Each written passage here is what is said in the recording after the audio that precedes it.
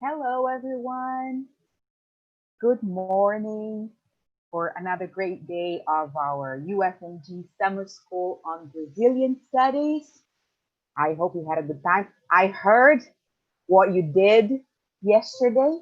You spent so much time in a parallel section. I was a session, and I was so glad to hear that you enjoyed so much our conversation yesterday about Brazilian issues. And so, as to continue this great course we've been having, it's such a great honor to have Professor Bruno Reis uh, today with us.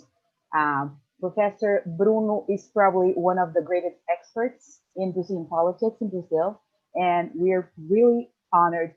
We're proud to have him in our team, and we're honored to have him here with us. Professor Bruno, good morning.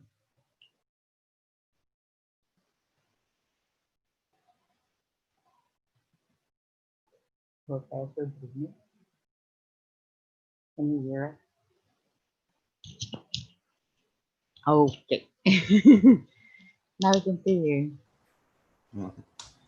Good morning. I'll pass the floor to you. So thank you so much for being with us. Thank you, Luciana. Good morning. At least for those in this part of the world, good morning. But I guess there are people that are for whom I should say good evening or anything like that. Good afternoon. Good afternoon, or else.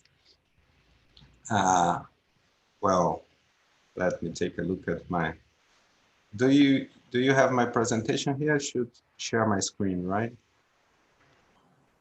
Yes, please, Professor. Mm-hmm. Share your screen. Today, giving good morning from Scotland and from Malaysia. Yes. Okay, good. Here we go. They are seeing this? Yes. Okay. Great. Well, this is a lecture about Brazilian politics. It's quite a hot topic in recent years. It was quite boring for a few decades during the 90s or so. But now we are back to the usual instability the recent few years. And well, it's been a hard lesson. We all have something to learn from it. Well, I'll try to be as fast as possible. I'd like to hear from you and to answer questions. This is far more exciting than a formal presentation. But you know, we always have to organize something and to set a few points before starting to talk, conversation. So let me see here. Yeah, I have here a small chronology, a snapshot of Brazilian political history. I guess you might already have seen something of this. I have a pretty much short political history that starts as an independent state in early 19th century, pretty much 200 years ago. And in 1822, and we were the only American country to have a constitutional monarchy, a parliamentary regime that lasted to the end of 19th century for roughly a little less than 70 years. When we have a big crisis in the 1880s with slavery abolition, we were one of the last countries in the world to abolish slavery. And just a year and a half later, we have a military coup that installed the republic. And we have a pretty much closed political regime in the early 20th century, I depicted here as oligarchic, non-competitive republic, Then in 1930, as well as in many other countries, we have gross instability following the New York crash in 1929. And we have pretty much a decade of instability in the 1930s with, we have a president for 15 years, Getúlio Vargas, who became a dictator in 1937 till the end of the war. And then at last, by the end of the war in 1945, we had our first true democratic experience that lasted less than 20 years. And in 1964, during the wakes of the Cold War, we had a military coup and a military dictatorship that lasted more than 20 years. And since mid-80s, among the third wave, so-called third wave of democratization, we had a new constitution in 88 and a democratic regime operating since then.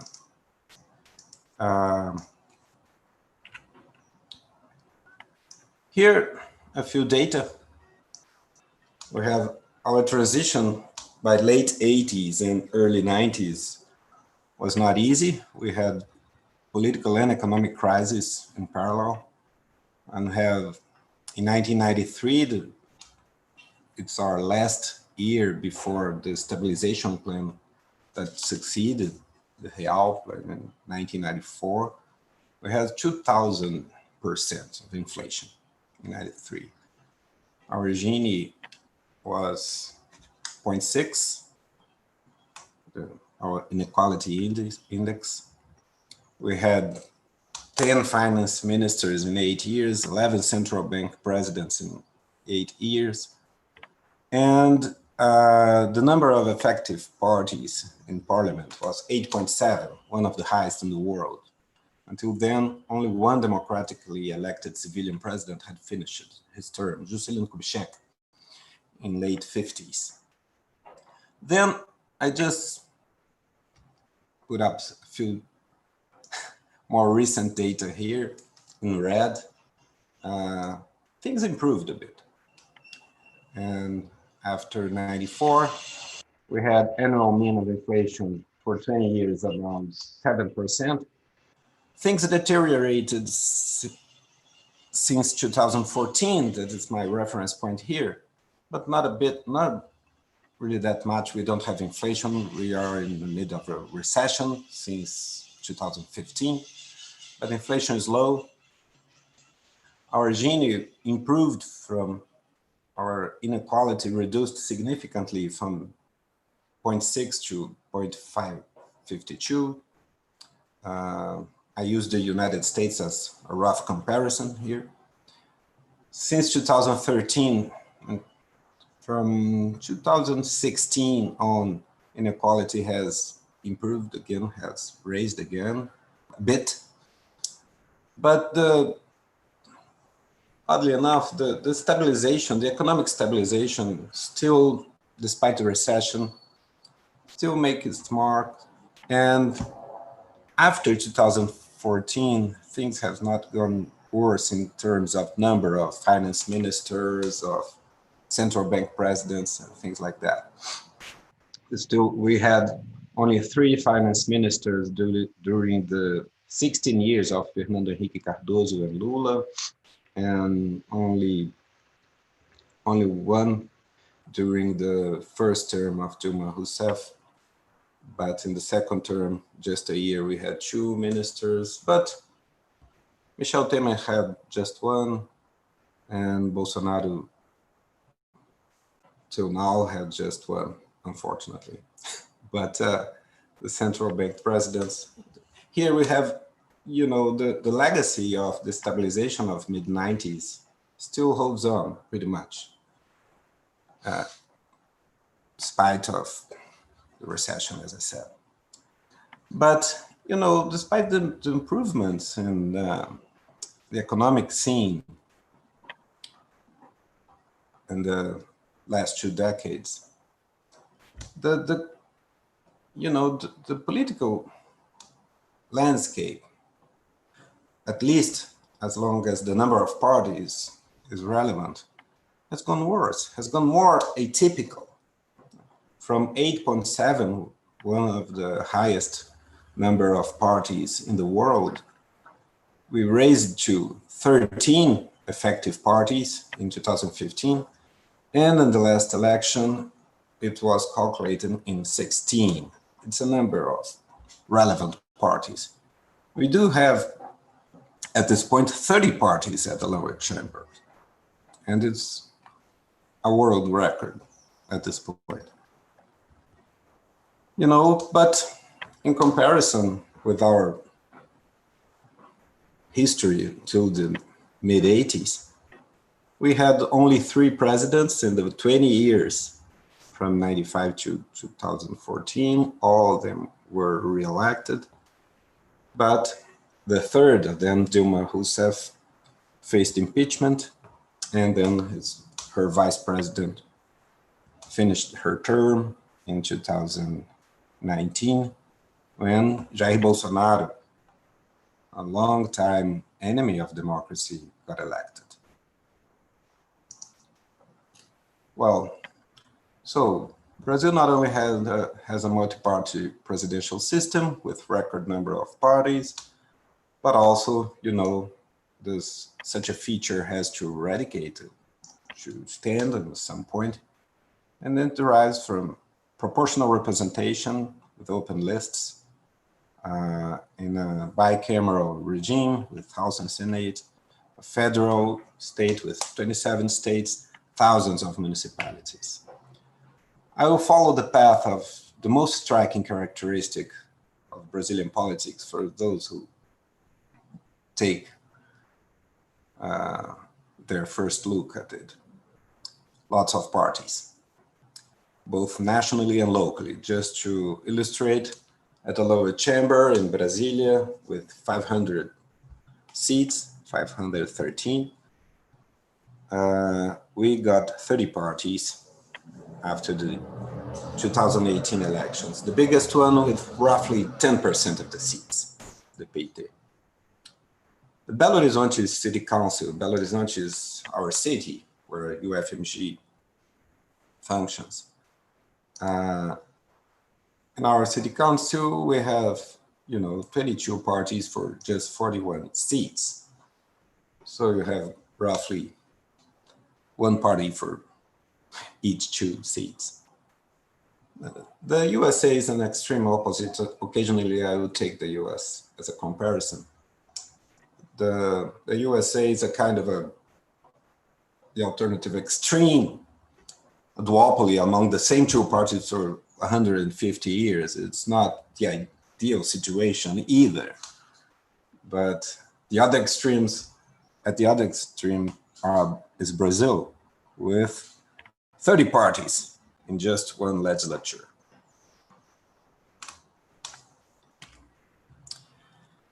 You know, electoral system, it should be blamed.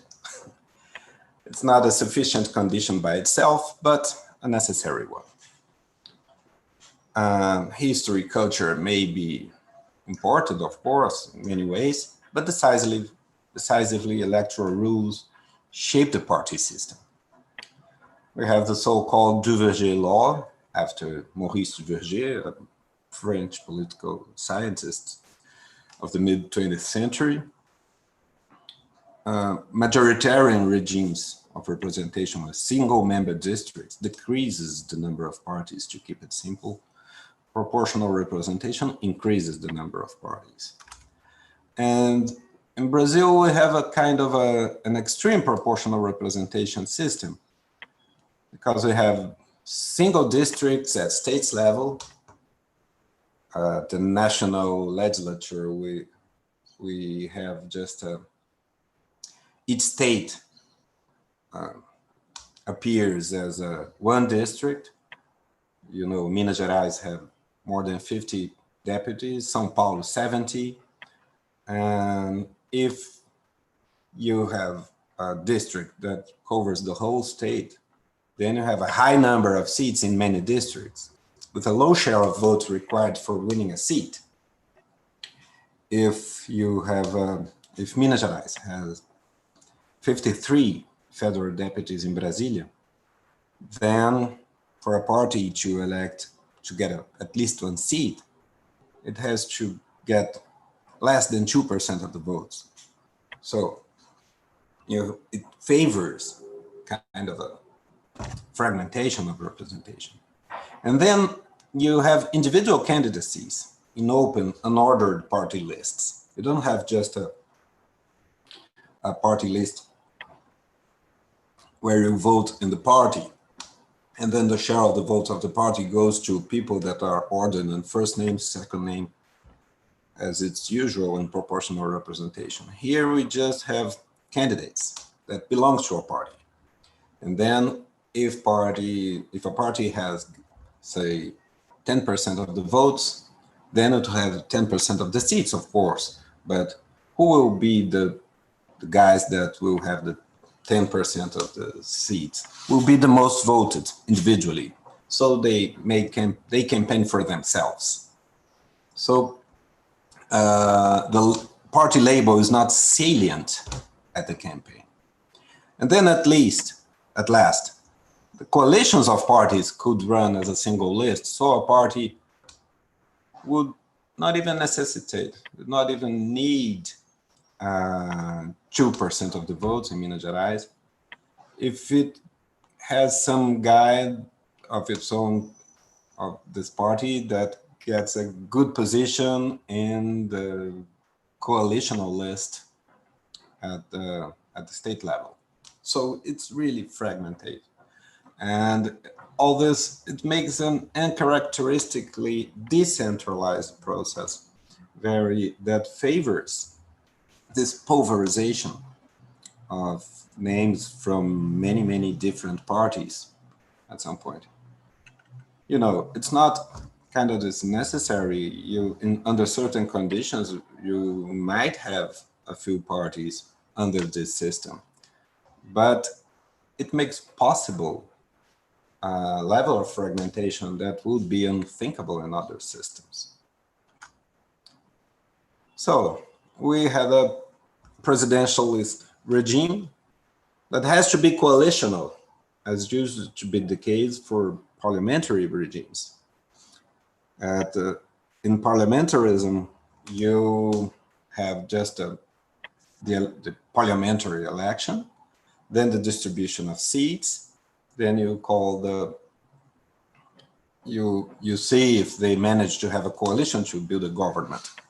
Here we have an odd combination, an atypical combination, that you elect a president and you have a parliament in an electoral system that favors fragmentation. And then this president, as is already elected, is going to start its mandate. It looks at the chamber and see what's possible to happen, and start to build its cabinet to get parliamentary support. So you have your mandate, and then you build your parliamentary support. So it's some kind of ad hoc support. And so it's pretty much uneasy. The former orthodoxy until mid-90s was that it couldn't work. Scott Mainwaring, a political scientist from Notre Dame University, now in Harvard, had a lot of very good empirical evidence to be cautious in a very famous paper about it, about multi-party presidential regimes. In the first part, it stated a set of theoretical reasons, and then a lot of good empirical evidence. At that point in 1993, there was 31 democracies in the whole world with more than a quarter of a century.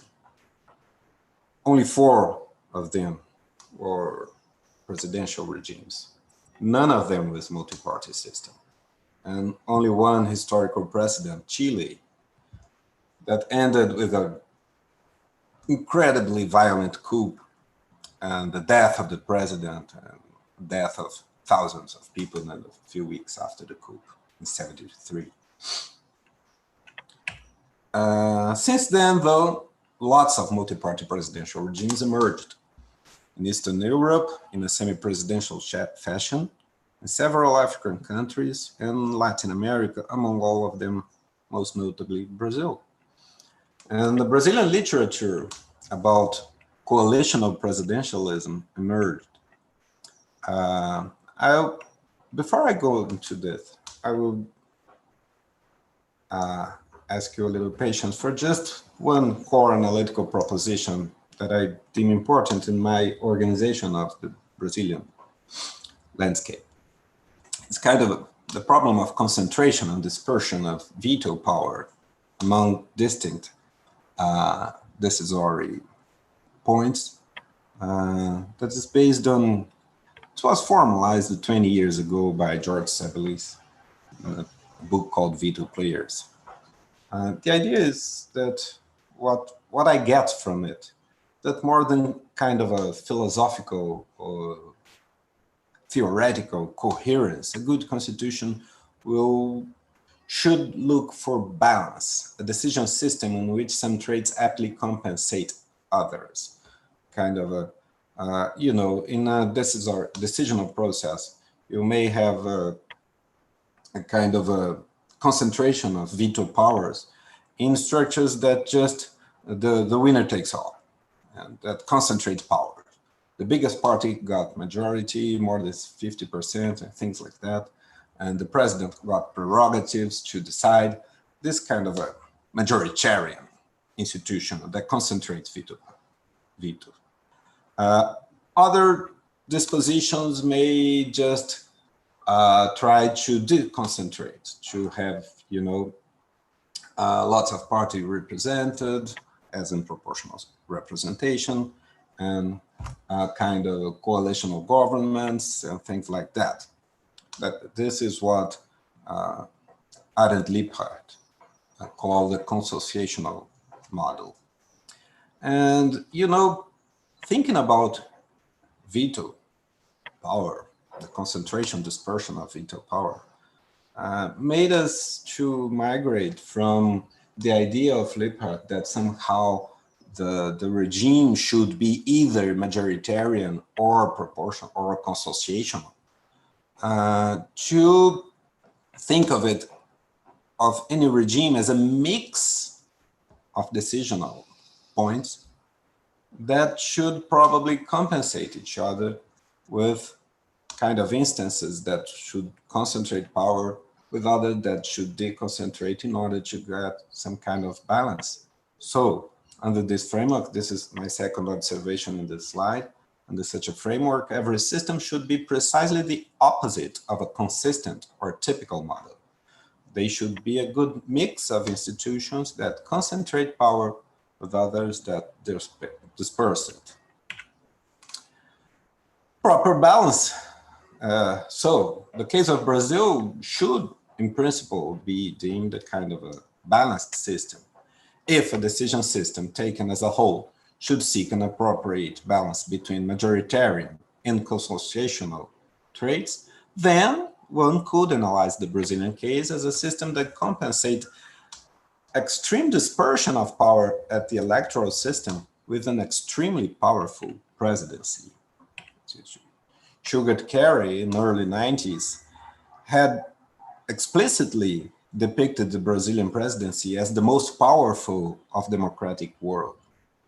We have how to streamline political process under multi-party presidentialism with such an ad hoc coalition supporting the president, with unusual concentration of agenda power and decree authority in the presidential hands, and with centralization of legislative process at the head of the chamber and on the hands of the leaders of the parties, and relaxed majorities for amending the constitution that makes almost the time we have a long constitution, but almost every government has its own agenda of constitutional reforms.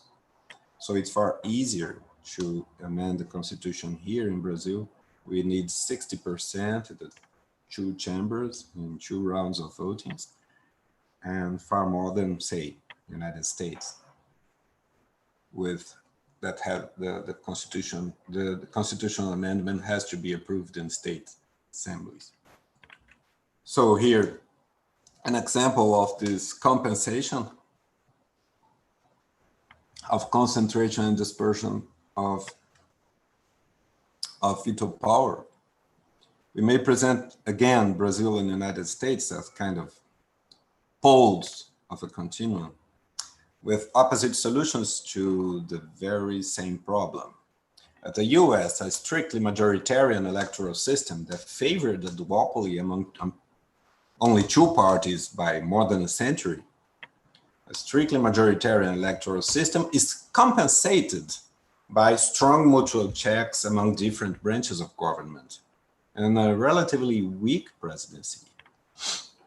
In Brazil, a kind of a permissive open list proportional electoral system, so to speak, is compensated by a strong concentration of prerogatives, not only in the executive branch, not only in the president, but also at the president of Congress and at the leaders, and kind of you have a legislative process very centralized to compensate the dispersion of the floor. So mainstream political science in Brazil, in fact, used to explain recent Brazilian government's relative success in late 90s and during the first decade of the century by the concentration of extraordinary prerogatives in the president's hands, the so-called presidential toolbox that became commonplace in the literature. Well, this is how we used to operate until a few years ago. At this point, we have a lot of interrogations. Dilma Rousseff was not accomplished as a president as Lula or even Fernando Henrique Cardoso. And we faced a kind of acute instability with the Rousseff's impeachment, and then a very contested term by Michel Temer, and then at the bottom of the pit, so to speak, the election of a politician of the kind of Jair Bolsonaro that for 30 years were just the most outspoken defensor of the military dictatorship and political landscape. So how did it happen? I don't want to answer it here, but just to share some thoughts about it. Well, Brazil is it was, during most of the 20th century, a country under fast transformation. It came from mostly a completely illiterate and rural country by 1930, to a basically urban country in 1990s. Since the 60s, we had sheer urbanization, and all this has implications on political functioning. Our profound urbanization made, cities that are a little bit dysfunctional, but at the same time, a proliferation of organizations, as well as a fresh plethora of social movements that in the 80s and 90s, mainly under PT's political umbrella, found their way toward some influence on the political system. And on the other hand, institutional differentiation and specialization, as long as the country is drifting far away from this farmers or landowners country of the early 90s, provide the emergence of what my colleagues used to call an accountability web, control organizations, whistleblowers, autonomous institutions to check the president that otherwise could have too much power. Until recently, things used to look pretty good, but something happened. I guess the hidden variable that really functioned as our Achilles heel, as our main vulnerable point, was campaign finance. It is a problem pretty much everywhere. It's not an easy issue to tackle, and it's crucial to the connection between formal political institutions and society at large.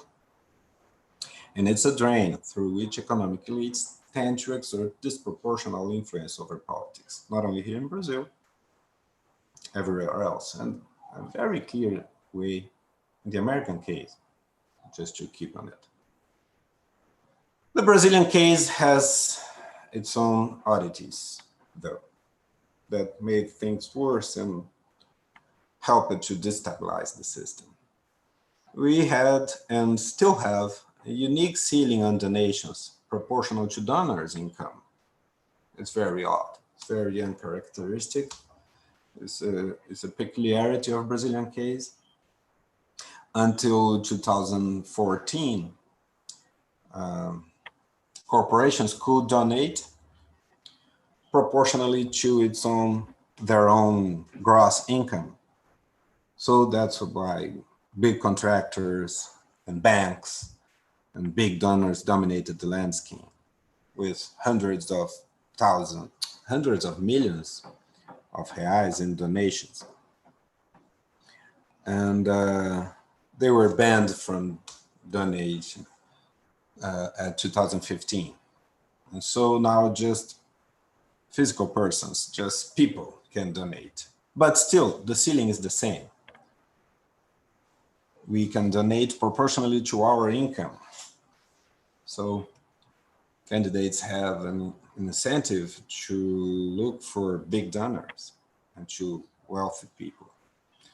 And we have that system, that open list system, that made room for individual candidacies. So we have typically 1,000, 2,000 individual candidacies at the state for state or federal chamber.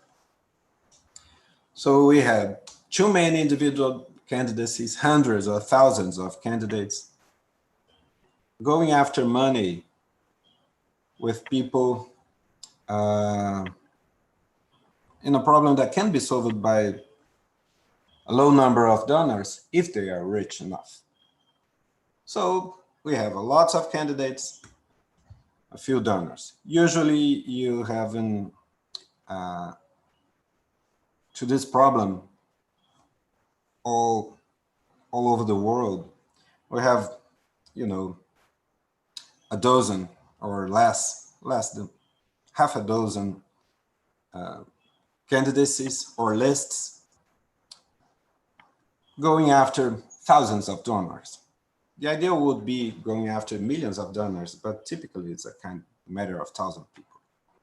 Here in Brazil, used to have thousands of candidacies going after a dozen of donors, or a dozen of relevant donors. So donors have had the upper hand in this market during the last decade, still have. But the future on this is uncertain as we are drifting among shocks to reform the systems. Donations were virtually criminalized, with lots of even legal donations have been prosecuted as suspicious of corruption. And then the Congress multiplied the public funding from a few hundred of millions to a couple of billions. So public funding took place, donations are going down, and I have a few changes in the electoral landscape that probably, at this point, I guess, the political elite bets on this concentration of funds, public funding, as a tool to reconcentrate the party system in a few powerful parties, a few, for Brazilian standards, kind of 9 or 10 important parties. So going back to this, we'll see this by 2030 or 2040. Our recent crisis, we had economically the end of China-induced easy growth period that blasted Lula mandate, and the slow reaction of President Rousseff to it that took her entire first term and made her enter her second term in a very weak position. And then politically, a spectacular clash between the accountability web that was growing during the first 30 years of our new constitution of '88 and the established electoral practices that emerged from our campaign financing regulation favored by the electoral system. So that clash. The problem with campaign finance and electoral system is that we really don't know how do they interact. We don't have a lot of literature, of international comparative literature about interaction among electoral system and campaign finance. We have some data about campaign accounting, not that reliable. We have some typology of electoral system, but we don't have a typology of campaign financing systems that is encompassing. And so we don't have the tools yet for a good comparative analysis of the interaction among electoral system and campaign financing. But I suspect this is very important and it's crucial for the diagnosis of Brazilian cases. Because given our electoral system, we should be able to say a few things about how campaign financing should be organized. I have my guesses, but you know, there are still guesses about it. And here I'm approaching the end of my presentation. You know, it's just a provocation for us to talk a little, for a conversation. And I will share here some thoughts that I took at a conference a couple of years ago about corruption and democracy. And well, our concerns about the circumstances under which the fight against corruption can undermine democracy. It's a problem, of course. You know, the problem is not fighting corruption in itself, but for fighting corruption, as I say here, it's a trivial corollary of rule of law. But we need a sustainable fight against corruption. If the fight against corruption destabilize democracy, then you will have more corruption at the end, nor less. So democracy is a necessary condition for any fight against corruption. Sustainable or not, even though it will not always be sufficient, of course. And we tend to take it for granted, democracy, once achieved. But of course, that's not always the case. So we do have a problem if the fight against corruption is perceived as a fight against politicians in general, as crackdowns on corruption, as self-presented crackdowns on corruption tend to be seen. As corruption is a crime that necessarily involves public agents' misconduct, a war on corruption will very easily be perceived as a fight or a war against the state, against the political system, against the bureaucracy, or even more commonly, against political parties. And yet a strong state machinery with robust routines and reciprocal checks among agents and controllers backed by organized party competition. This is important. An organized party competition where rival parties with societal roots keep their eyes open over one another is precisely what we need if we want to keep corruption checked. And as we see in the Brazilian case, it cannot be taken for granted.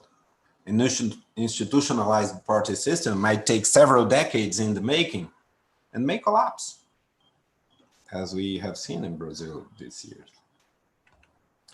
So fighting corruption should never become an attack over the party system or the political system in general, but that's precisely what it tends to become when it is presented as a crackdown on corruption, as a purge of the political system. Party ID is weakening all over the world, but strong parties are crucial for a solid interaction among politicians and civil societies. For parties do exactly that. It connects civil society, organization and civil society with institutional politicians at parliaments and government. And so they have been so far indispensable for any hope of a less corrupt politics. If you fragilize, if you debilitate this link among society and parties, then you have free way to corrupt practice among individuals that have access to corridors and cabinets. You're not improving your polity if you destabilize your party system in order to fight corruption. Not even if your parties are seen as corrupt themselves. They will always be seen as corrupt, as they should be, by definition, the main public brokers among private interests and political decisions. Curbing down corruption is always necessarily a slow process that goes hand in hand with stronger institutions, including parties. Standard patronage in pre-democratic contexts will always look like corruption from a modern standpoint. So, for example, I use always these examples. Complaints that you see in Western newspapers about corruption, alleged corruption in Hamid Karzai, Afghanistan. That was, Hamid Karzai is the government that Americans installed in government after 2001. Or at Yasser Arafat's Palestinian Authority, always charged with corruption in op-eds in Western papers, always sounded to me as unfair charges. They were navigating a dire institutional landscape, a violent setting, and it's different when you have an institutionalized regime that lasts for centuries, from when you have to build it from scratch. Brazil doesn't have a right to the same excuse or as Afghanistan or the Palestinian Authority. Of course, but we don't fare that bad in corruption experience indexes either. Our corruption perception rankings is very high. When Brazilians are asked if Brazil is very corrupt, they say, yes, things are really bad, ugly here. But when asked if we had experienced corruption in our daily basis,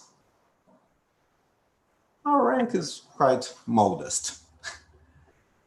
Every time corruption looks systemic, playing in large chunks of the electoral process, for instance, as it is the case in Brazil, my bet is that we face serious regulatory deficiencies, as I tried to show in our regulations of campaign financing and the interaction of our campaign financing regulations and the electoral system is not good, and it favored corrupt practice and the backstage. So my bet is that we face serious regulatory deficiencies. And that's not to minimize the problem, because asymmetrical legal influence over politics may well be worse than corruption or more hard to break than corruption. Because if you have the upper hand in writing the law legally, why would you have to break it? And to incurring crimes as corruption. So you may have a very biased political system that operates formally under perfect legality. Brazilian interaction among electoral system and campaign financing, this is my point, is severely flawed. It produced a vicious market for campaign financing, a highly fragmented demand for money with hundreds of individual candidacies as each district, and a heavily concentrated supply of money as the donation ceiling is a percentage of donors' gross income. A severe regulatory problem that eventually brought judicial problems, but it has long been treated as a strictly judicial problem, as if there were nothing else going on. At a point in which legal private, although extravagant, electoral donations were routinely depicted as bribe by prosecutors, plea bargainers, the media, and now the courts. It couldn't work that way. It reminded me all the time from the heterodox shocks that plagued anti-inflationary policies in the 1980s, with prices freezing, political demagoguery, public euphoria, and severe deterioration of the economic environment in the aftermath. You have to defreeze prices at some point. I can't help expecting the same about corruption fighting in Brazil in the recent years. Kind of a big crackdowns over corruption like Lava Jato car wash operation, kind of our heterodox shocks in corruption.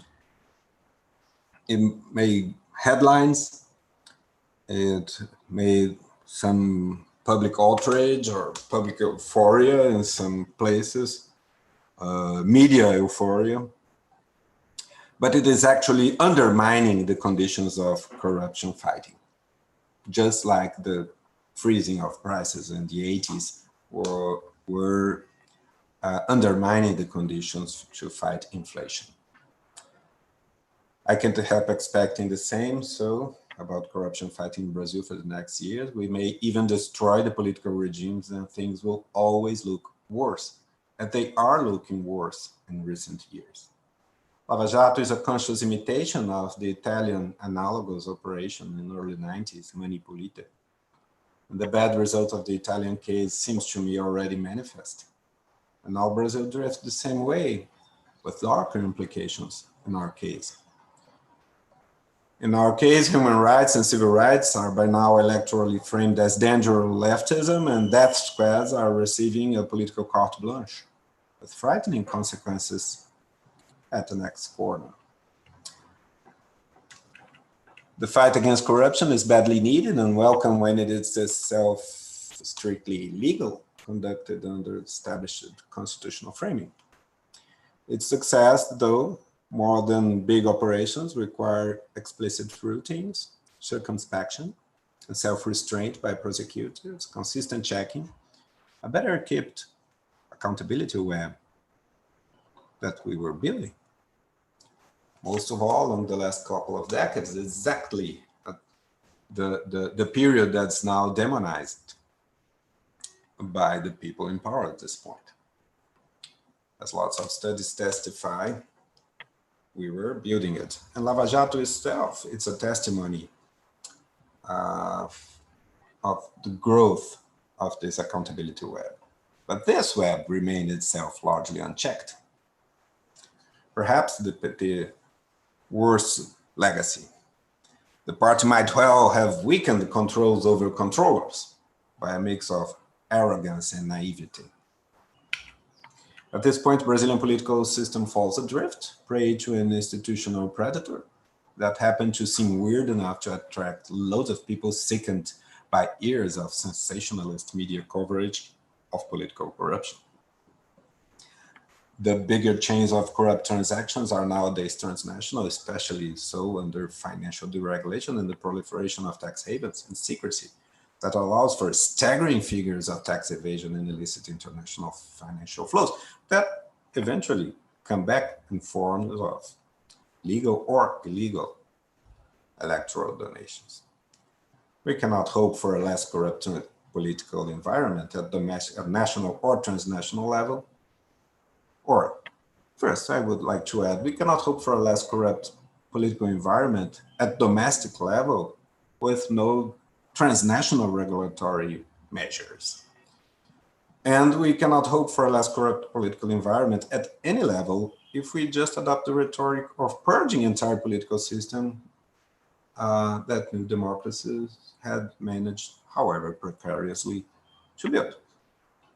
And this is my arrival point. Thanks. That's where I like to. That's great, Professor Bruno. Such Thank you. Insightful presentation. And we have lots of questions. Mm-hmm. So there's this first question from Theo Carvalho, and he asks is it possible to connect our post-88 democratic failure with presidentialism? Mm-hmm. I can see the chat here. I don't know if I should just try to read here or. Oh yeah, you may. Where are we starting? Let me see. Yeah, we're starting with, I think, 5 turns before the last one. Okay. At Emmeline, let me see.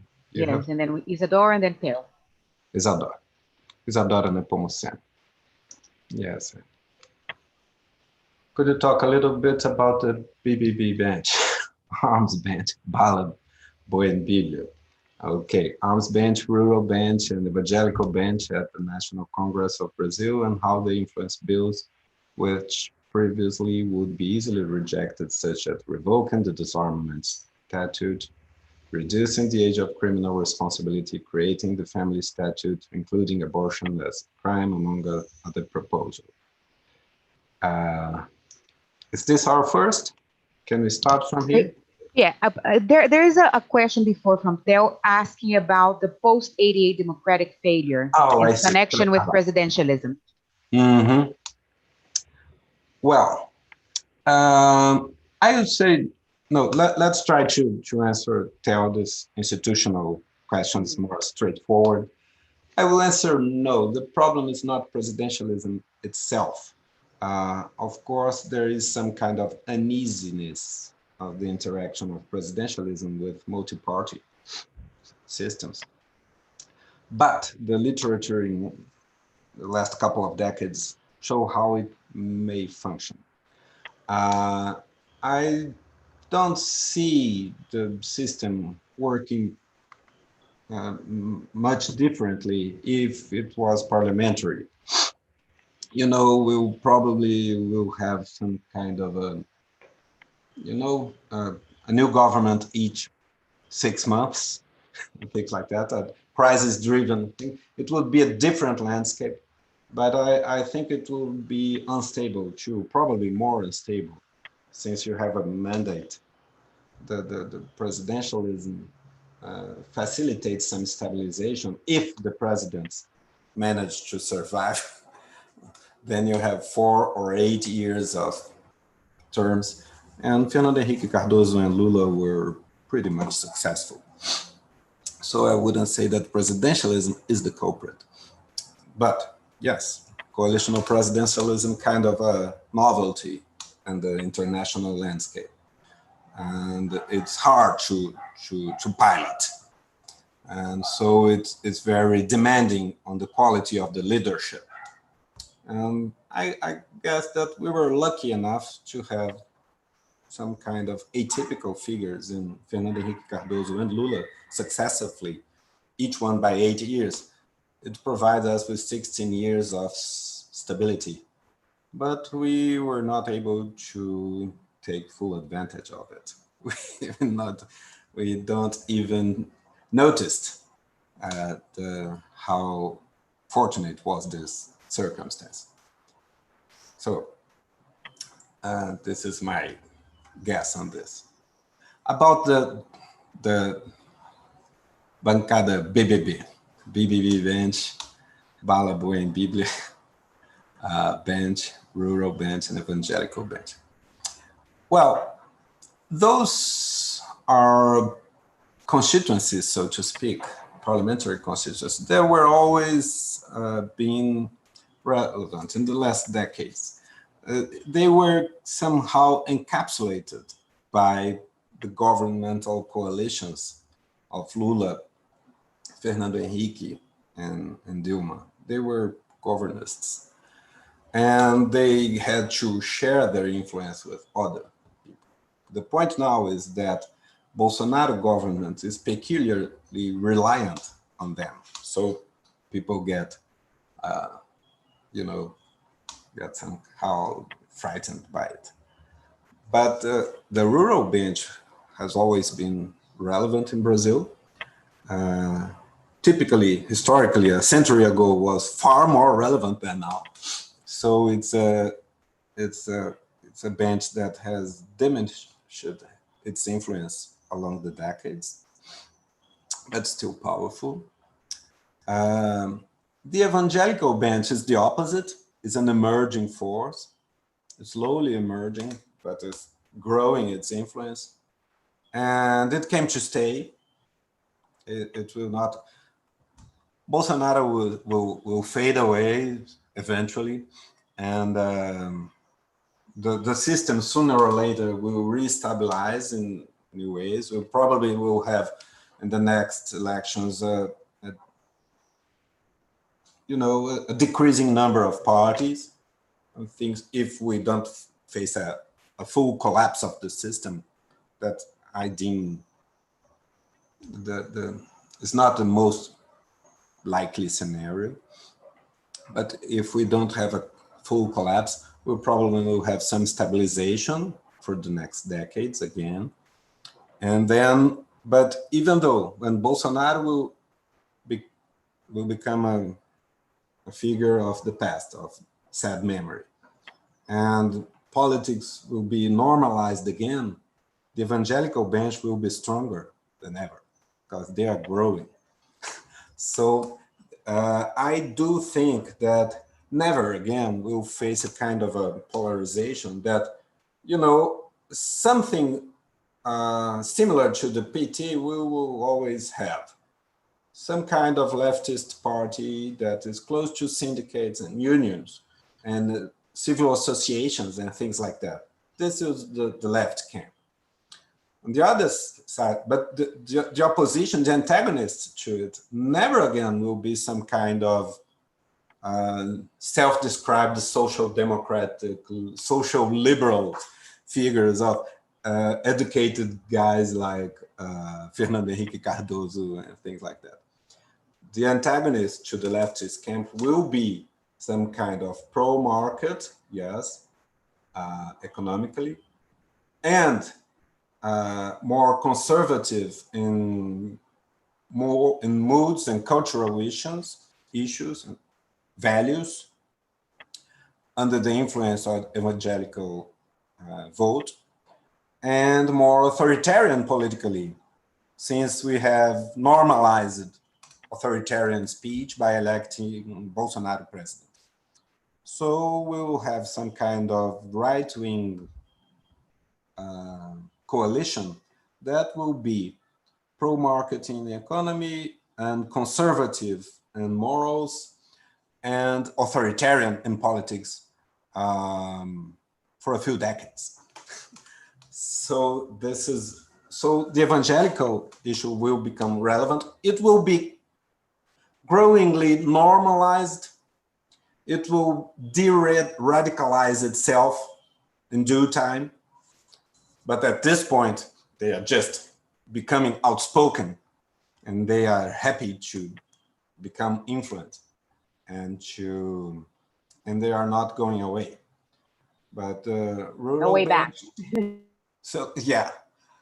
And the rural bench is diminishing its strength, but it will be transformed in agribusiness and the exporting sector of primary goods, more than landowners at the old way.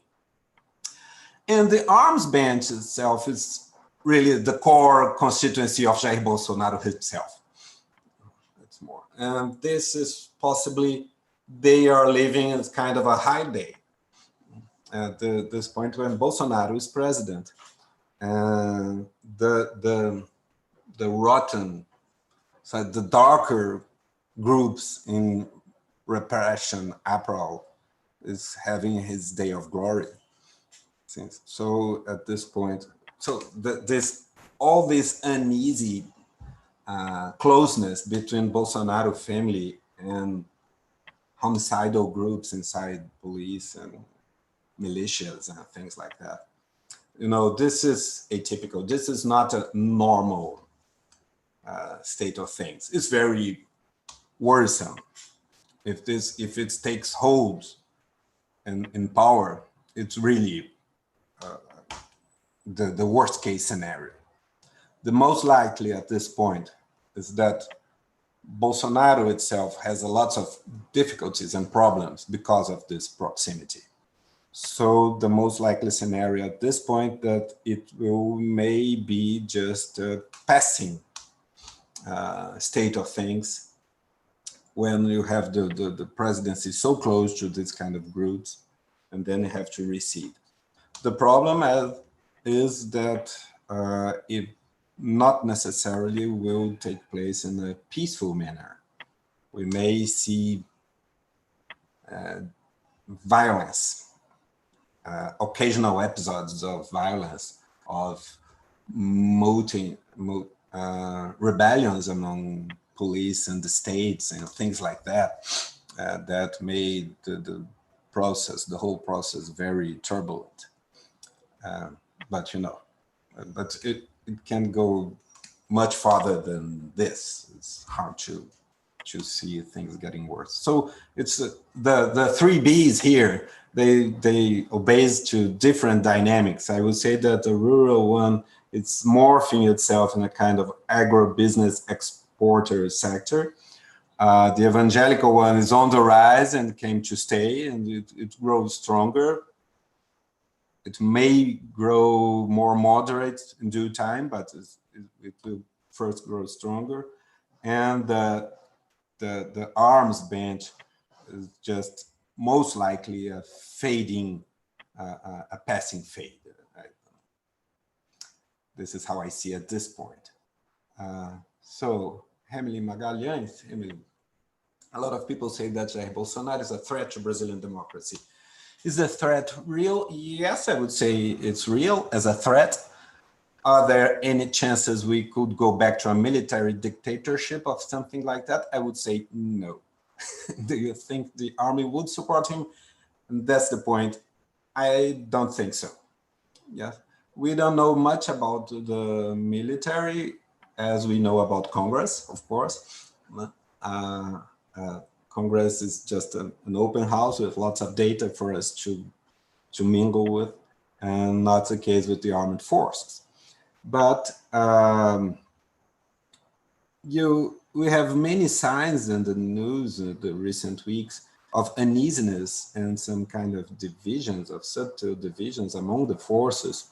You know, it could be the worst case scenario with armed forces divided would be the eve of civil war, but I don't see it that way. Bolsonaro is not a typical, a core representative of the armed forces. You know, he was expelled from the army 30 years ago. So it was just convenient at some point. You know, they voted, the military family voted for Bolsonaro in 2018, but lots of families did. So lots of people would accept and did accept anything to get rid of the PT. So this is partly true of the armed forces too, of the military. And so I would say that Bolsonaro is a threat to Brazilian democracy because yes, he is an enemy. He is personally, sincerely, candidly an enemy of democracy. He conspires against the institution at daylight, every day, routinely. And he would like to overthrow the regime, no doubt about it. He's not up to the job, I guess. It's not as good at it as it would be required to exert leadership at this point, to that level. So he's not apt to the task, fortunately. He would love to do it. And yes, he would face several difficulties. It would be a hard job to just get rid of all the checks and balances that, however precariously, we managed to build. And he's now on the defensive pretty much. And I don't see it collapsing in kind of a nightmare of authoritarianism and violence. And if he launch some kind of adventurous step against Congress or Supreme Court and things like that,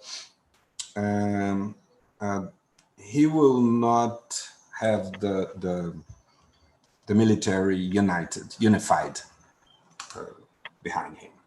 So it's not the most likely. I think it's very unlikely. I don't, and even if Bolsonaro succeeds in some radical destabilization of the regime, I don't think that what emerged a kind of a military dictatorship as in the 60s or 70s fashion. The Cold War was a crucial ingredient, international ingredient to allowing that. You know, that joke about having someone says to Truman that some president at the Central America is a son of a bitch, and Truman says, he's our son of a bitch. So in the Cold War, the superpowers, Soviet Union and United States, were ready to support their own son of a bitch, their own plethora of son of bitches around the world. And the whole cycle of military dictatorships in the 60s and 70s in Latin America at that point has to do with that, with international support from non-superpower. And this is not the case anymore, despite Trump. You know, but Trump is in the defensive himself. So we're not going to a military dictatorship. We may drift towards a kind of a closed regime, a kind of authoritarian regime under the civilian leadership of Bolsonaro, eventually with some support of the armed forces, but it would be an uneasy and hard, at 64, we had lots of civilian support for the coup, and it's not the case at this point. So it's hard to see things are drifting in this way. Kirana Alifatika. Professor, I would like to know about populism and identity politics in Brazil. Nowadays, especially for democratic countries, populism and identity politics become worldwide problems. How does Brazil face this problem in today's post-truth era? Sepuluh November Institute, Technology, Indonesia. Thank you for your question, Kirana. Well, this is hard. This is something very worrisome, but not only in the case of Brazil, but the whole world. We are in a bad shape to face the new political landscape favored by new communication technologies that we use to call these days the post-truth era. Epistemologically, post-truth doesn't make sense, of course. But yes, the point is kind of a state of affairs that nothing is too absurd to be said in public. You see, the internet, as we all became producers of speech, nothing more is unthinkable. You know, even the earth may be flat and we were all wrong all about this all the way. If people, you know, the truth, you know, how should I say, the trick about the flat earth, the earth being flat, it's kind of a mockery of science, the mockery of it's obviously truth. You know, the people just, in a fraudulent way, they just mimic scientific procedures things like that, to state that the Earth is flat. And as long as this is just possible, and this is just just exists in the landscape of public speech, then anything is possible. So nothing more is a kind of authorized speech. So perhaps we are drifting towards a landscape where the public speech and the public debate lost its footing on anything, any validity claim. So this might be a real problem, because we have some kind of rationalist justification for democracy and liberalism and human rights, that we are all equal, and we go after truth, and we can have different opinions on that, but somehow we have some anchors for our disagreement in some shared proposition that we all know are truth. At this point, it's all a matter of opinion. So we may say anything. You don't have our ground anymore, our common ground. And if we think that we have this landscape for just kind of 10 years, it's hard to imagine where will be democracy in half a century. So the cynicism of the leaders that we call populists at this point this goes way beyond anything we could find in the populists of half a century ago. They lie in the face of all of us one day and just say the opposite at the next day.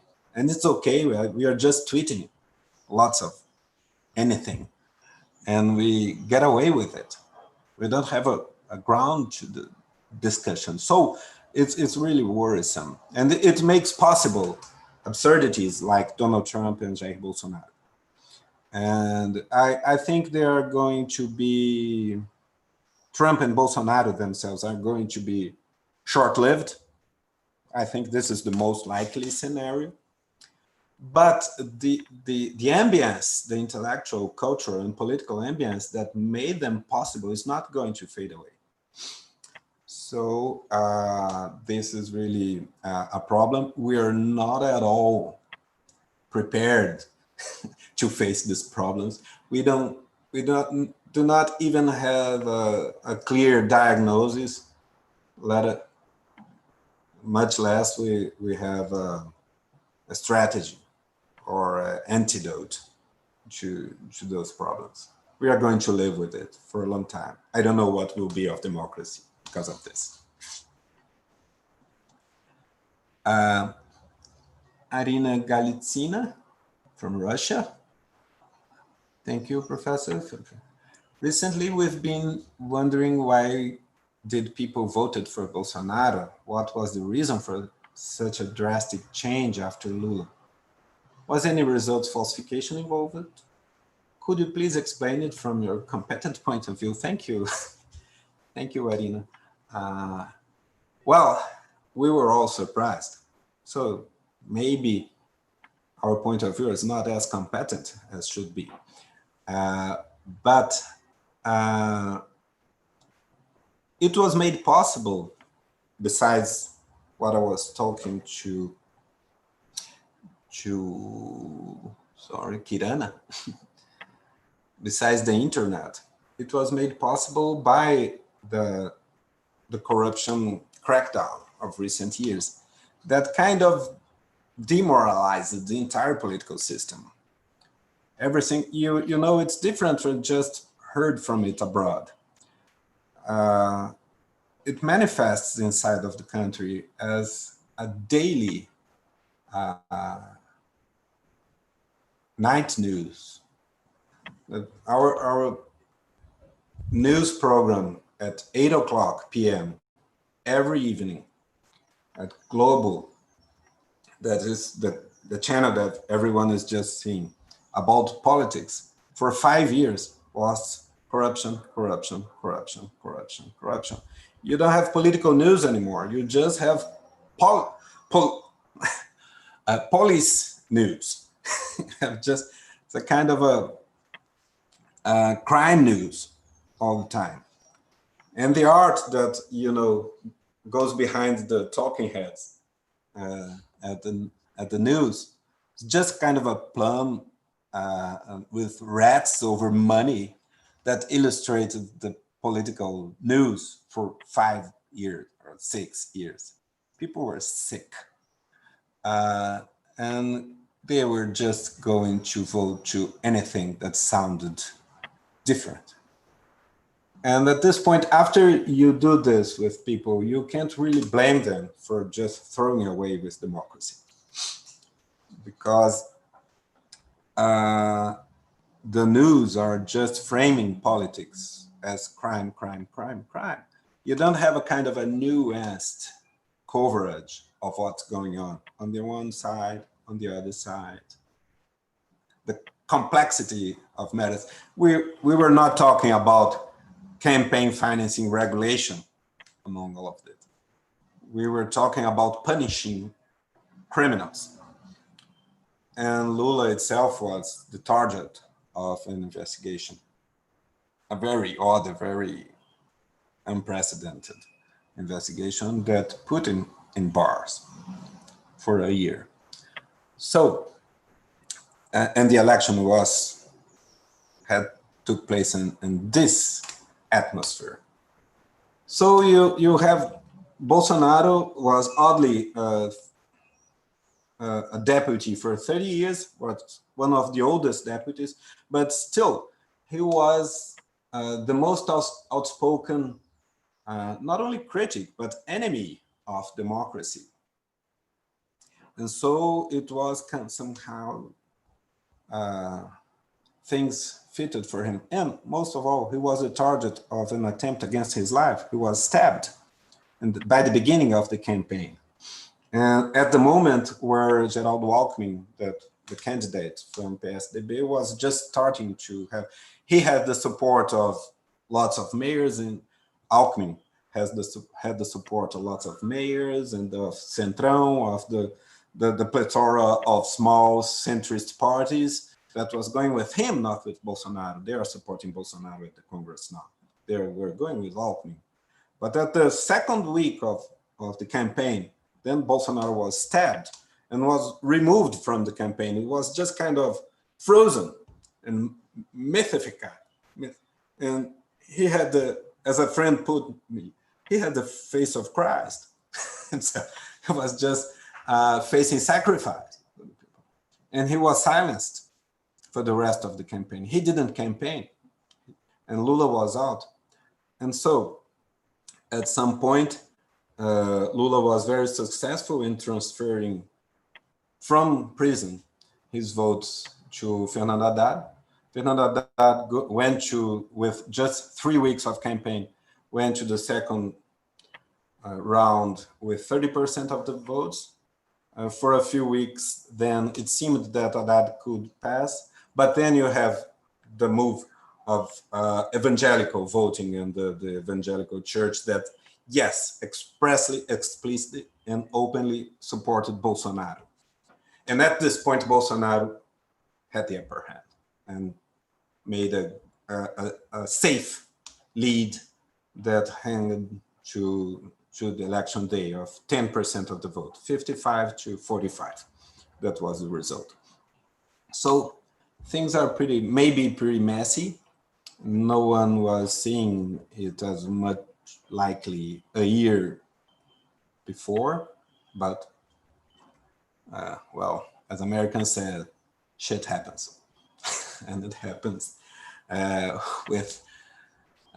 happened with you know, with class. That's it. Well, Aaron Maiwa Kasonde, People's Friendship, University of Russia. I'd like to know more about the Operation Car Wash in Brazil. Has it in any way reduced the amount of corruption? I don't think so, Aaron. I'm very skeptic. And, you know, I I assume that if you, as I said, if you disorganize the political system, you deprives the fight against corruption of its institutional ground. You know, corruption check needs a stable political environment so prosecutors and judges and investigators may do their job safely.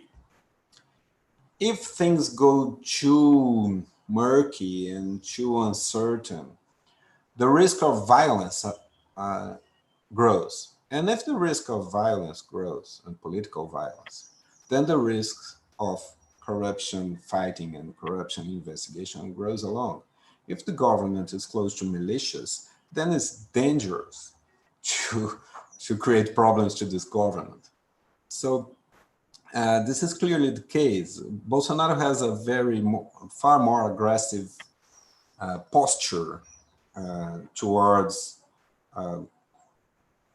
the general attorney and the courts and investigations than recent governments used to have. It's very outspoken, just have to control the federal attorney profile. He just picked the one he would trust. And this was somehow institutionalized in a different way. I would say that PT went too far, just delegating the indication of the Procurador-Geral da República, the general attorney, to the corporation of attorneys. You know, they just made a vote, and Lula and Dilma systematically just picked the most voted one. There is a reason for which the president should be able to pick one, just to not give too much freeway and free hand to the prosecutors. So, and it's always a kind of, we are always in search of balances, as I said, not just. And somehow, perhaps the PT government went too far in the autonomy granted to the prosecutors, and they just did a mess. They went to glory. I don't have to assume malicious intent. They are just going to save the country from politicians and from corruption. They just magnifies their own mission, and they do shit. Just like happened in Italy. They get the system worse, and including corruption worse. I don't see way of avoiding in the next 10 years that we are becoming a country that somehow, someday, we're going to move on again and things will pass. But we will be a poorer country at this point than we were 10 years ago. We will be more unequal, we will be more violent, we will be more authoritarian, and we will be more corrupt. So this is my bet. We do have, I don't see a military dictatorship coming, but we do have things to regret.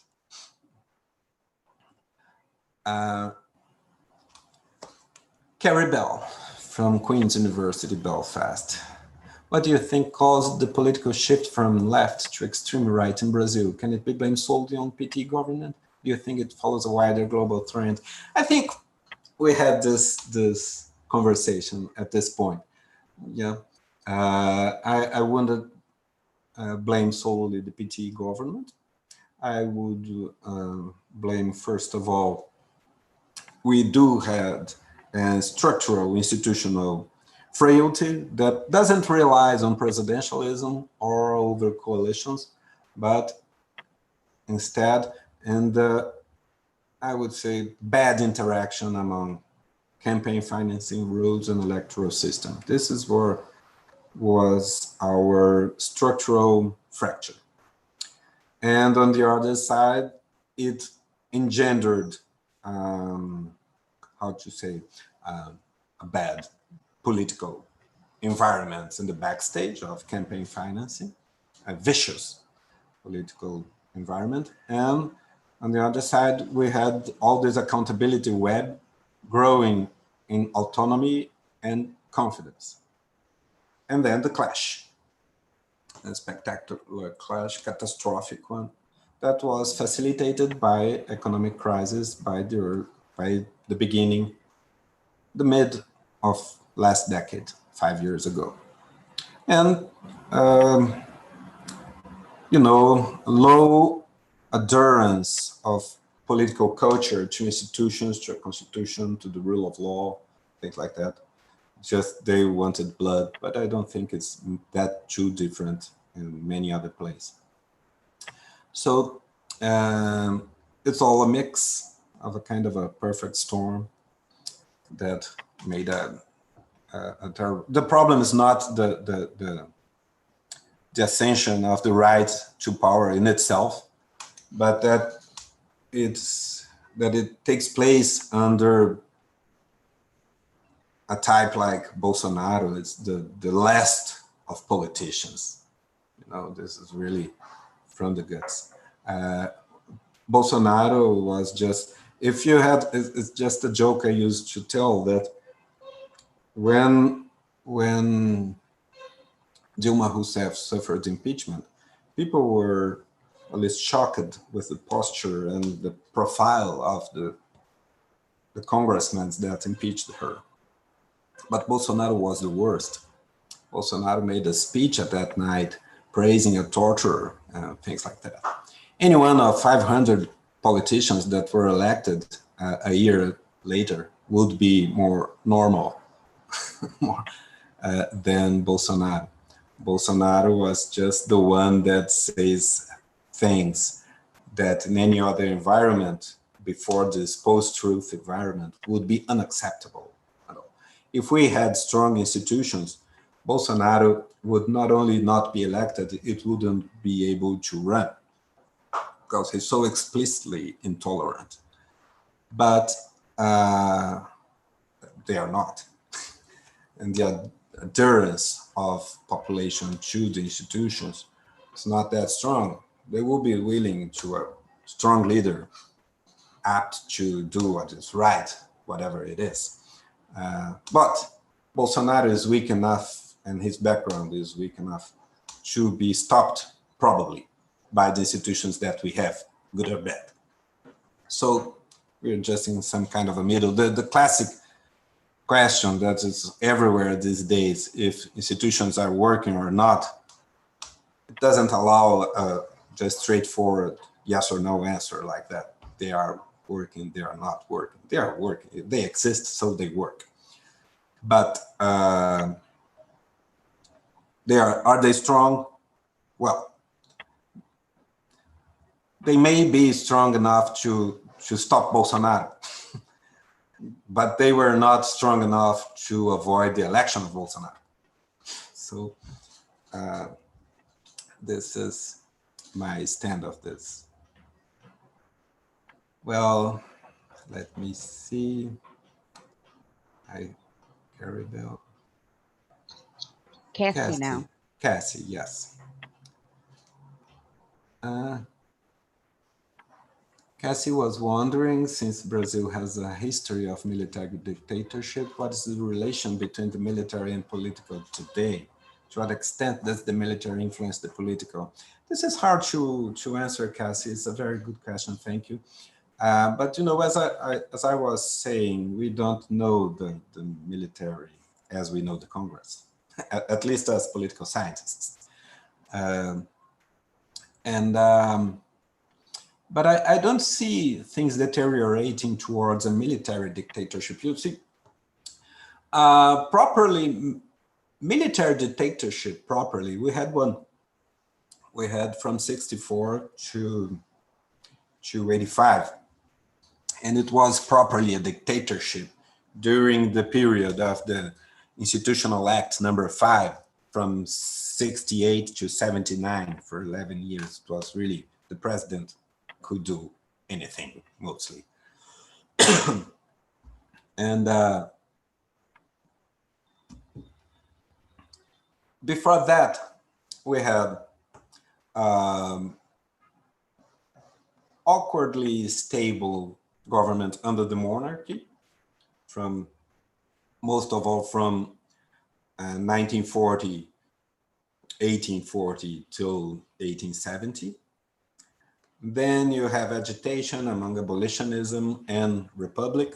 And then you have first, we had military coups more than military dictatorships, so to speak.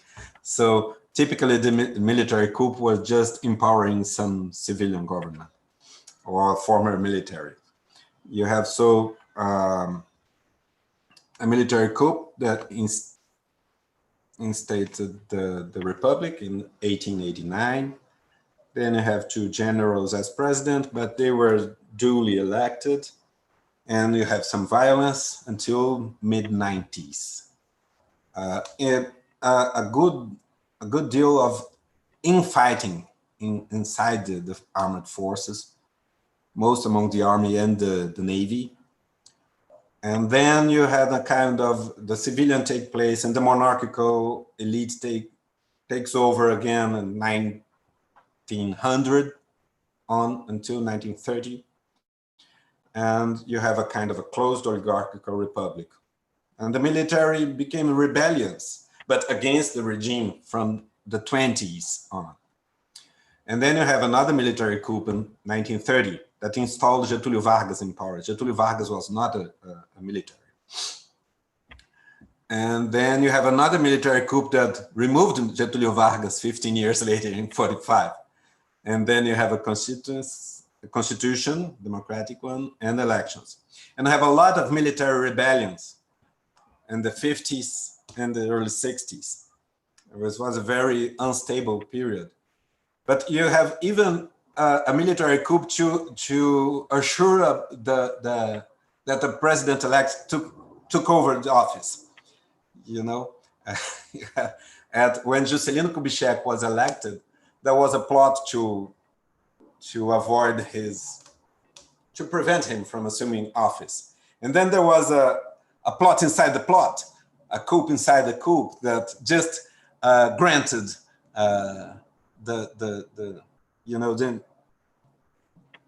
the investiture of Kubitschek. And all this following the suicide by Getúlio Vargas that was faced with a military coup and avoid the military coup by suicide in 54, and then Kubitschek.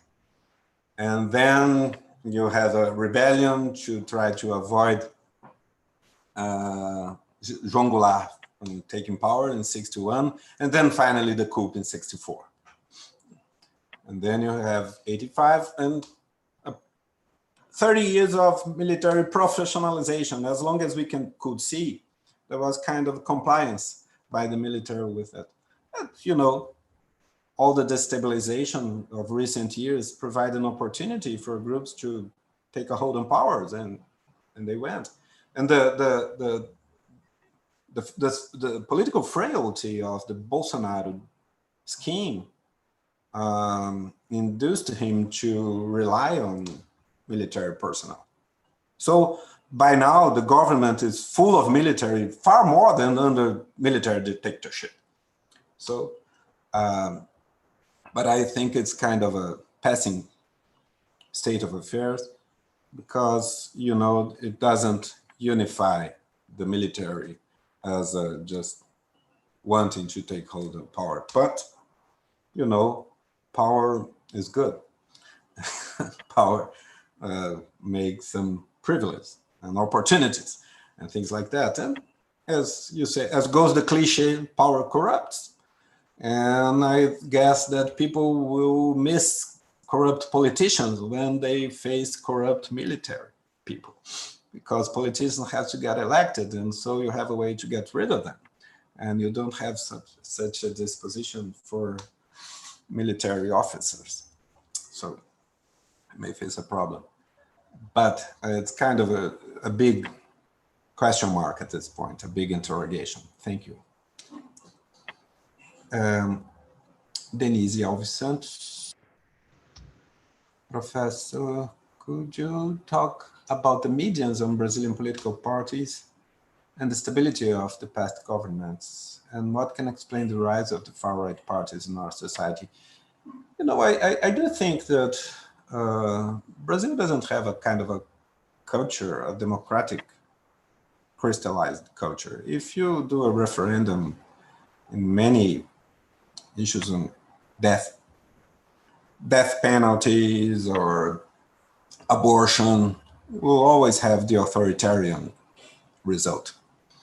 So it's there, it's always been there. And at this point, it's just people are mostly indifferent for political procedures, and they are, you know, they don't trust anything at this level of abstraction. They just are used to a system where people who can they mend, and we should obey, and things like that. You know, it's a profoundly authoritarian society. And so we are always exposed to that risk when things doesn't go well.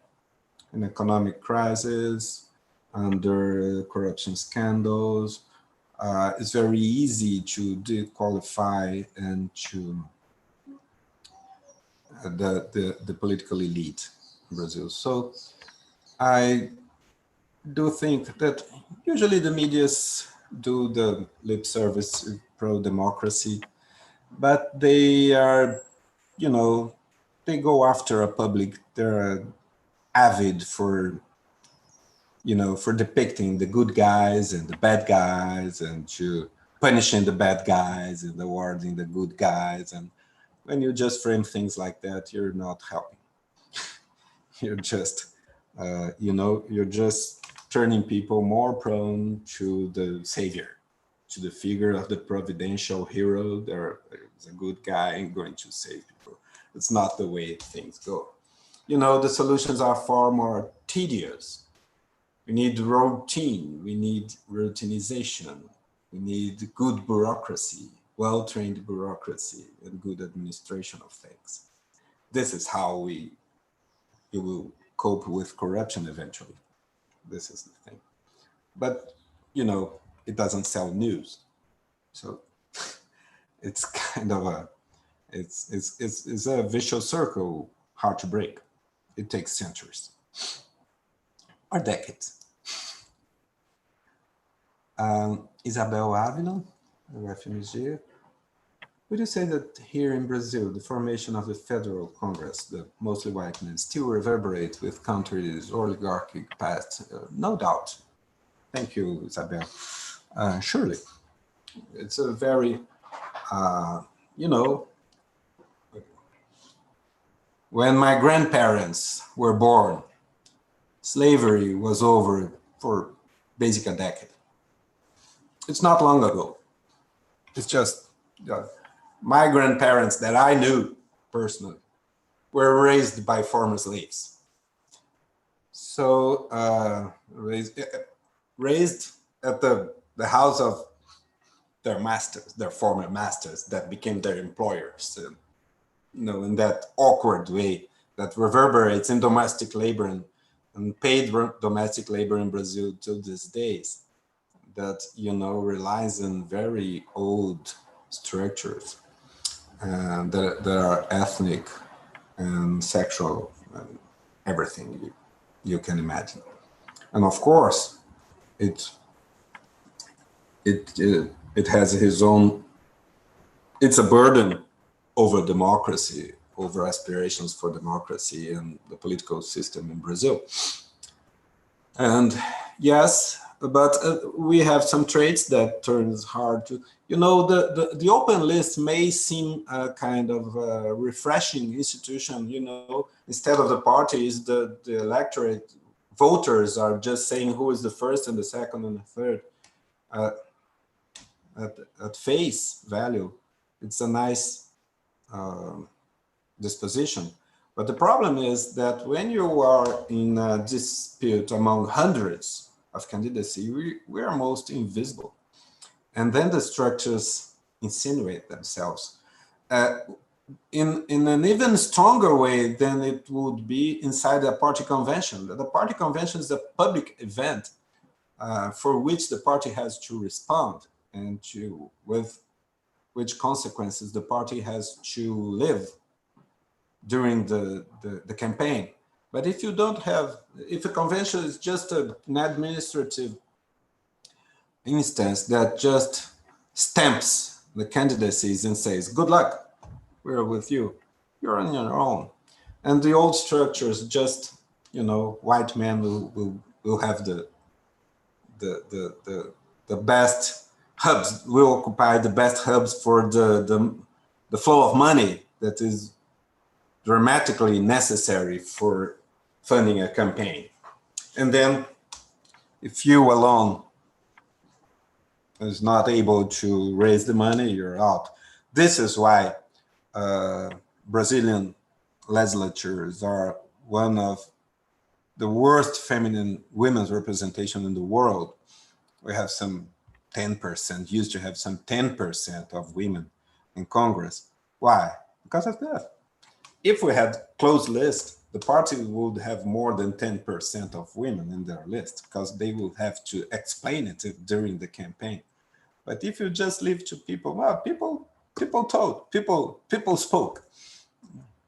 It's not quite the people, it's mediated by fundraising abilities, and the fundraising abilities depend on your place in the structure, the network of the society. And then, so this is an institutional feature that surprisingly eventually reinforces our oligarchic past, but it's hidden in a disposition that seems healthy, that people vote for the order of the list is not the convention of the party, but actually it will be easier to control, and you'll have a more accountable system if the parties were themselves deciding that. Well, let's go. We have still 17 new messages. Let's try to go after them.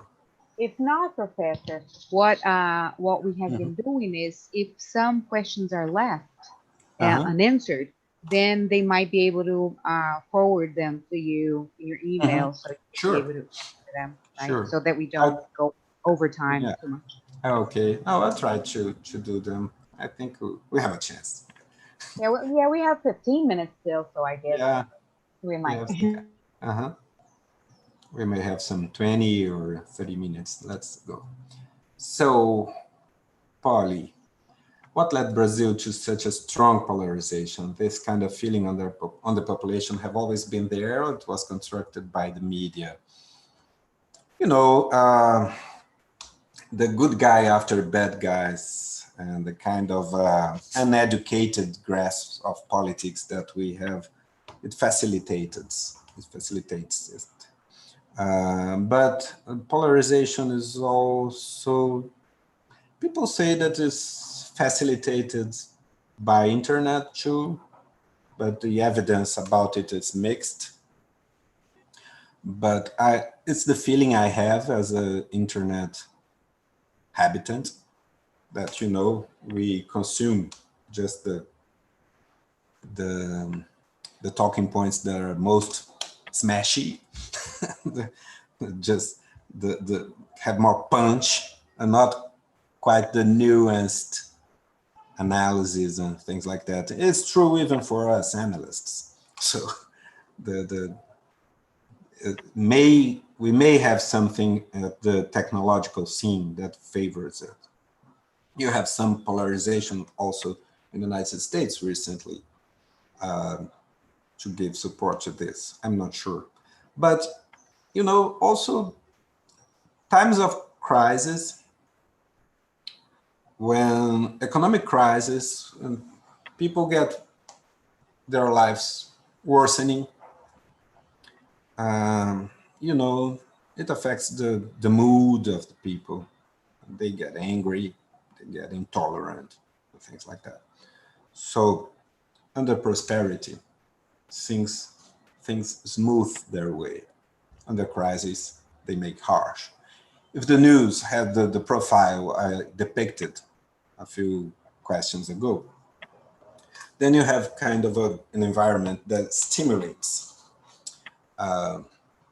good guys versus bad guys framing, that, you know, And if in the internet, I'm just forwarding the memes that are most striking, more spectacular, and things like that, more laughing. You know, it's very important for politics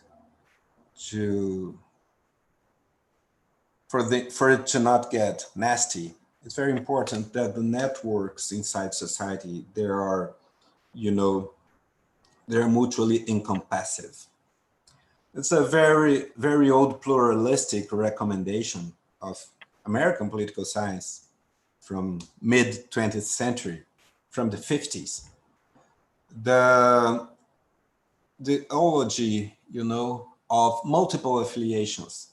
If people are just affiliated to many associations, to many places, eventually they will be allies with some neighbor in some issue and will be opposed to the same neighbor in other issue, So you may be opposed to your boss in your workplace because you're in the union and he is denying your whatever you want to get, but you are going to the same bowling club and you have some beer occasionally and it's okay.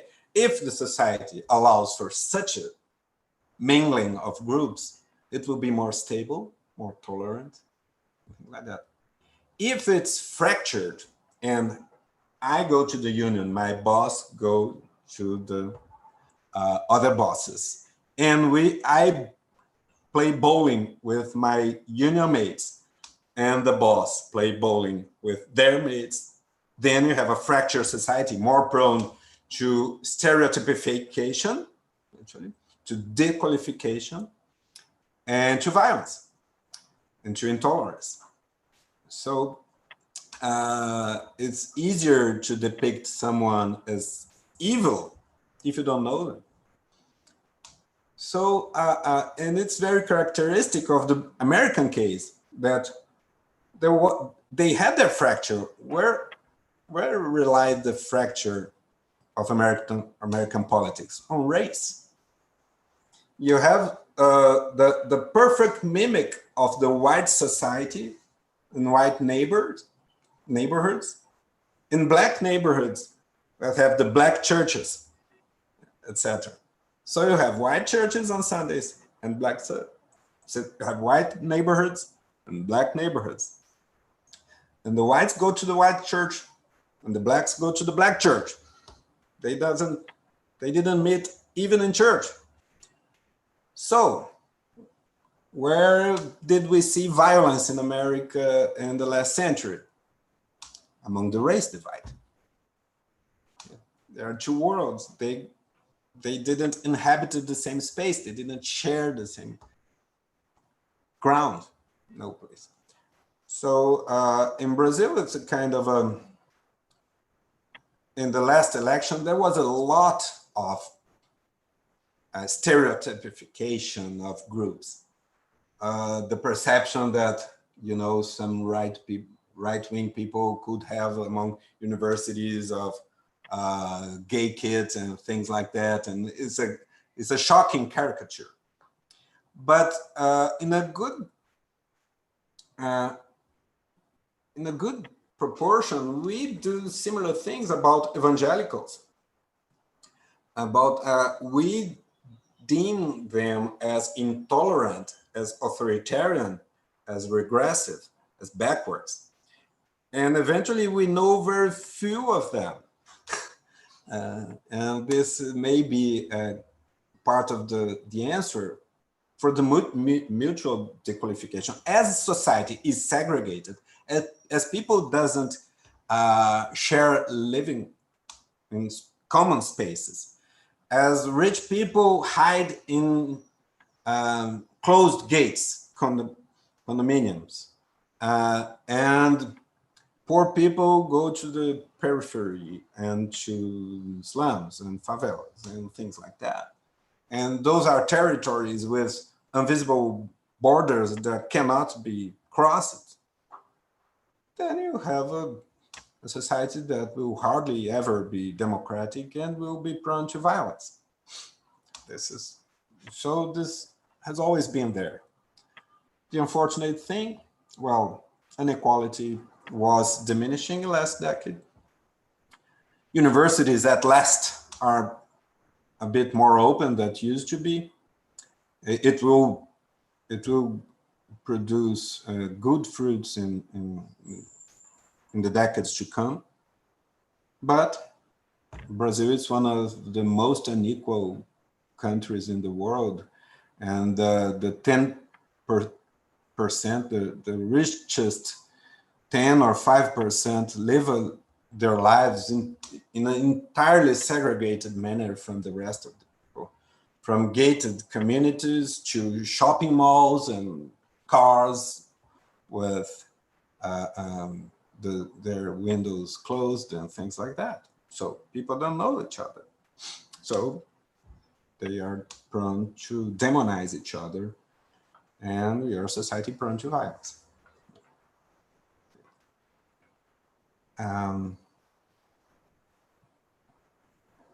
Denise Alves Santos, turning back on post-truth and Twitter. Yesterday, Jair Bolsonaro wrote that the left-wing parties are looking for legalized pedophilia. What is a possible effect in citizenry when the people can't distinguish true and lie? Once the misinformation also comes from authorities and official institutions also. This is a deliberate tactic, okay? One good thing that media, a favor that media could do for all of us would be to stop allowing to be their frames set by Trump or Bolsonaro. They could have it by stopping replicating their tweets. If big media outlets started to making journalism again and try to ignore tweets from Bolsonaro or Trump, perhaps they would tweet less. Because this is deliberate, you know, you just, the question with fake news is not they are just trying to convince people of anything that is false, you know, this news specifically.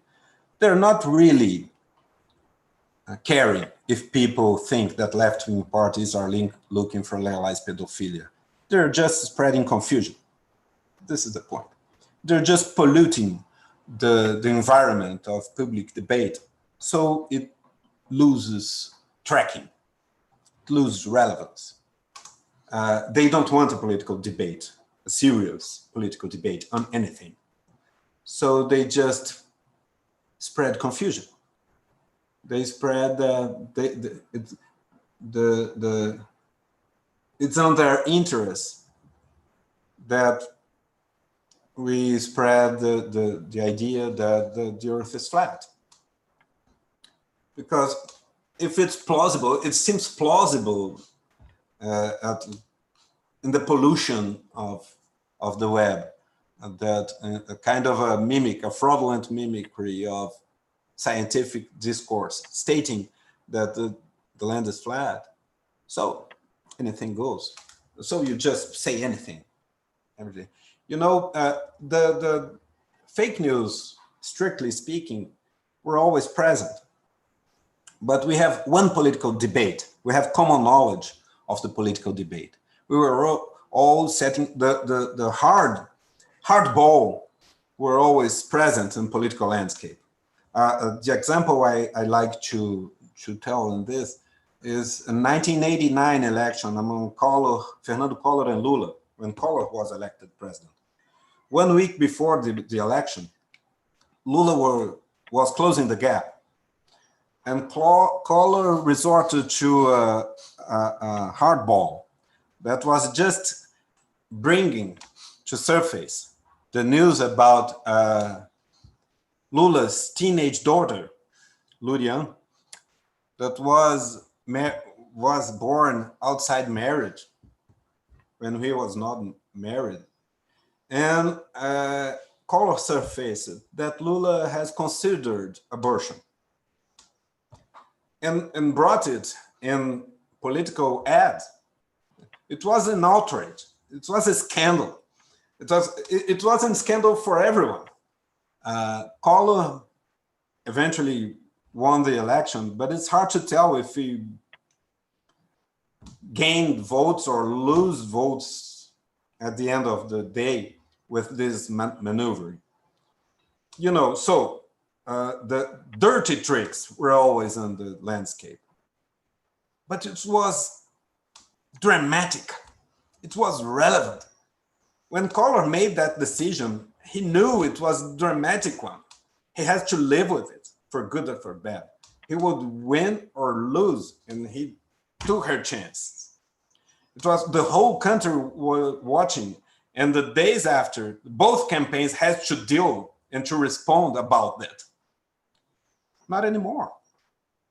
Not anymore. You just spread anything at any point with lots of people to spread on the internet. You don't have even to take authorship. You might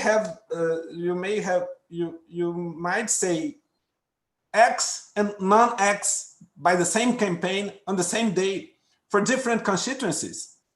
And nobody will even notice. You don't have a public debate anymore. The campaign is not common knowledge anymore. The campaign I experience is different from the campaign my neighbor experienced, or my aunt experienced, or my kids experience.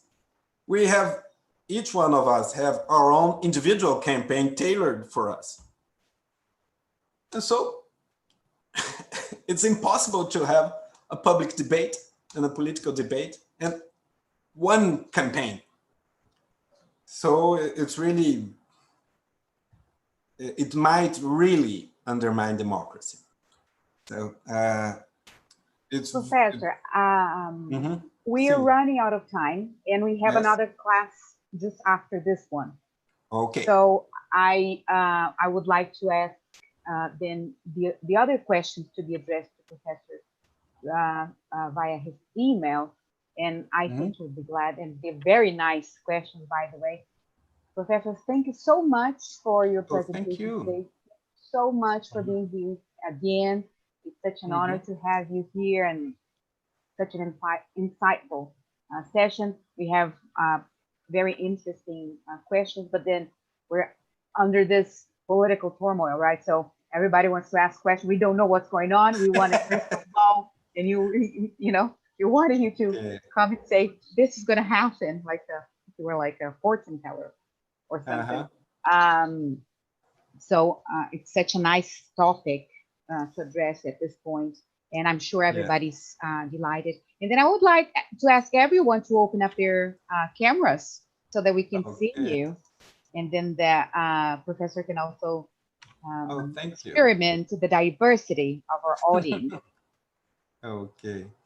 And we have people from, I think, thank you. It's very nice to different countries, to right? be with you for a few minutes. Yeah, it felt like minutes, Professor. Yes. It went so fast. Thank you so much again, guys. So Thank you. You just stay for the Portuguese class starting in a bit, right, Marcos? Thank you so much. That's right, Luciana. Thank you, guys. So I'll see you in a bit. Thank you. Bye. Okay, I'll try to save those questions here. Is there any resource here on Zoom for us to just keep the file of the chat? I think so it would be easier to. Yes, I think the host will have the file for the chat, right? Tachi.